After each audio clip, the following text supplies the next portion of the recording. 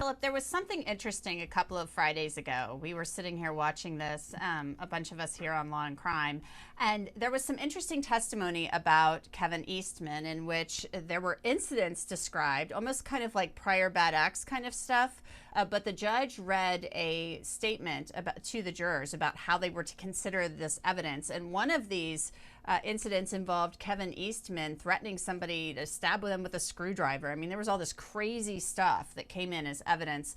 Obviously, the prosecutors felt comfortable enough presenting that, but on appeal, that stuff can often become problematic. Even with the warning for the judge, they're telling the jurors to consider it only for a specific purpose, not to prove guilt. Yeah, it's called a limiting instruction where the judge basically tells the jury, look, you're not to consider this as character evidence to show his propensity to commit these acts. It was for a limited purpose, and frankly, I don't remember what that purpose was.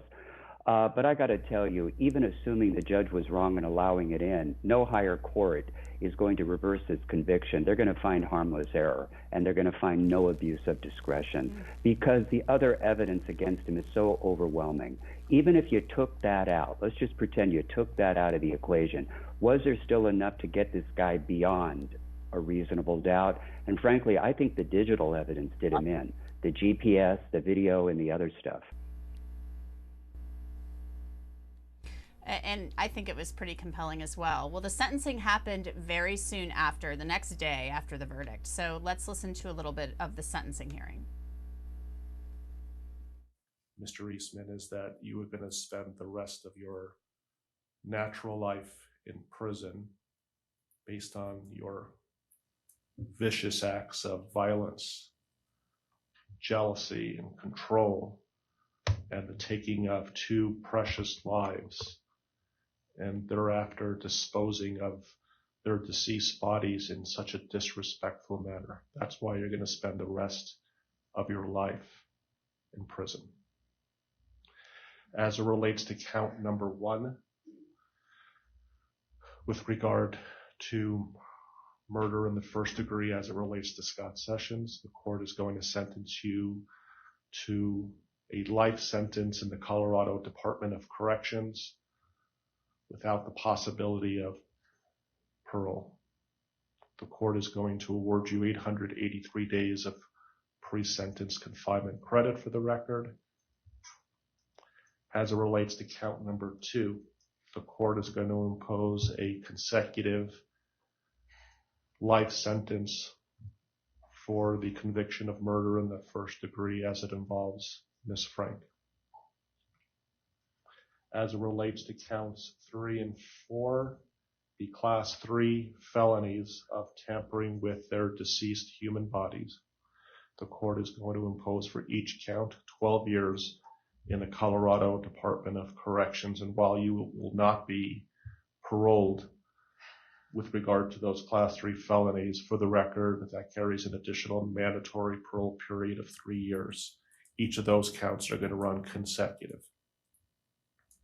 And finally, with regard to counts 5 and 6, for tampering with physical evidence, a class 6 felony, the court is going to also impose the maximum sentence of 18 months in the Colorado Department of Corrections, followed by an additional mandatory parole period of 1 year. So for the record, all 6 counts are running consecutively to one another. Okay, Philip Dubé, you are a defense attorney. You have represented lots and lots of clients, lots of defendants, lots of people charged with bad things. The defense attorney there was crying. Have you ever felt that way during a sentencing of a client? And what do you make of this? Obviously, attorneys get invested in their cases. They believe in their clients, but I've only seen maybe once before an attorney cry or shed a tear or two for a client. No, I personally, I have never cried during a verdict or at sentencing. I try to remain very wooden, deadpan, and stoic, frankly. because, I'm there to represent his legal interests. And if I am overcome by emotion, I cannot even focus on the proceedings and, take notes and figure out what the next step is. So I try to keep it more cerebral, not because I'm a cold fish or anything, but because, remember, I'm there as a lawyer, as an advocate. I can be a human being after the proceedings and, shed a few tears with the client in the lockup or at the jail. So I try to keep the emotionality out of it during the proceedings. But I got to tell you, Angenette, and maybe Mark can agree, Mr. Eastman is very lucky because just about 2 years prior to this case, Colorado repealed the death penalty. And because this was a multiple victim homicide, 2 years ago, he would have been death eligible. That's a really good point. Mark, your thoughts on Philip's point and the defense attorney shedding tears, sitting next to her client in court. I mean, I don't know. I would bring that up on appeal if I were Kevin Eastman. Yeah, he certainly is going to bring up whatever he can on appeal. This was a judge being very tough. This is what we litigators call maxing and stacking. And the judge gave everybody could. As a result, this defendant will never see the free world again. Listen, we're all humans in this system. As a prosecutor, I get the catch in my throat when I talk to a child sex victim, or after a case I prosecuted of the serial killer where he was sent to death row. I remember meeting with the families of the victims right afterwards, and they came over and were thanking me, and I really wanted to thank them for helping us. And the one mother who had just lost her daughter to the serial killer told me that her mother had been murdered as well. Boy, that really hit me hard to see this woman who's lost her mother to murder and then lost her daughter to a serial killer. And she was somehow thanking me as if I was the hero. Trust me, it's these families and these witnesses who are the real heroes. Yeah, most definitely. And, we were talking before during one of the breaks, guys, Philip, this is really tough. These cases are horrific. Some of the details are graphic. And just briefly, Philip, because we only have about 30 seconds left, this can be really tough on people who work on these cases and in the court system in general. Absolutely. Case in point is just the court clerk. Sometimes they call them the judicial assistant. They mark and label and affix,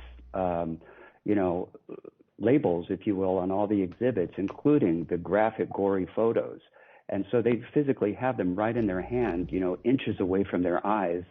And I am telling you, they take these images in their mind home, and some of them are so gory and haunting that it takes them a long time to get over it. It's almost like a form of secondary stress for which they may need their own counseling. Yeah, most definitely. Well, Philip, we unfortunately have to sign you off, but thank you for being with us today. We appreciate your time as always. Mark is going to stay with us. We hope you do too. We'll be right back.